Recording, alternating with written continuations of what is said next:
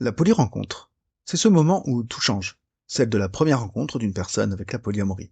Le chemin qui y a conduit Harlequin n'est pas commun, puisque sans avoir eu tous les mots, les relations plurielles ont toujours été en arrière-plan de sa vie sentimentale. C'est ce parcours qu'elle nous raconte ici. Et j'avais du mal à comprendre dès le collège les jeunes qui se mettaient en couple et qui restaient en couple pendant des mois et qui se juraient fidélité. Moi, j'ai jamais pensé que je serais fidèle pendant aucune année, donc j'observais ça de loin et j'ai essayé de m'y conformer, bien sûr.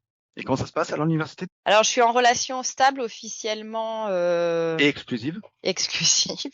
C'est un truc que je ne comprends toujours pas. L'université, c'est génial. Je travaille à côté, j'ai une vie active, j'habite seule. Et par exemple, à l'époque, mon copain de l'époque veut venir habiter avec moi.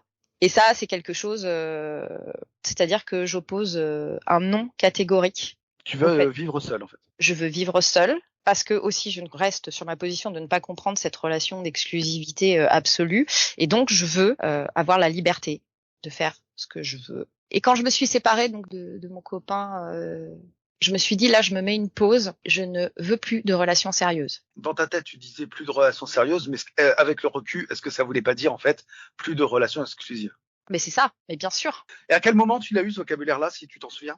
Je crois que mes études de littérature, alors j'ai fait littérature et linguistique, j'adore ça. J'ai tellement lu pendant mes 4 années de fac, j'ai tellement lu. J'ai beaucoup lu Simone de Beauvoir, Jean-Paul Sartre aussi. Donc je pense que ma pensée s'est structurée. Et là, j'ai compris avec la philo contemporaine, avec la linguistique, avec tout ça. Aussi parce que à l'université, tu rencontres des gens qui sont beaucoup plus âgés que toi.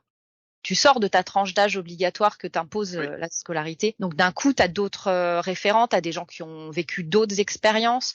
J'ai rencontré des étudiants étrangers, des personnes qui étaient anciens expats. J'avais un regard avec des choses et je me disais, waouh, en fait, tout le monde n'a pas cette façon de penser de l'exclusivité, du couple ad vitam, et c'est possible.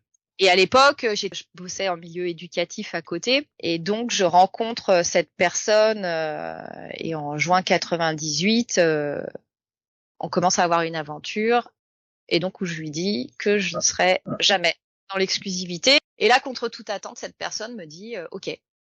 Hum. Et tu Et t'y attendais pas. non. Et il me dit OK, le jour où ça me convient pas, je pars. Ce qui est la manière intelligente de réagir. Voilà.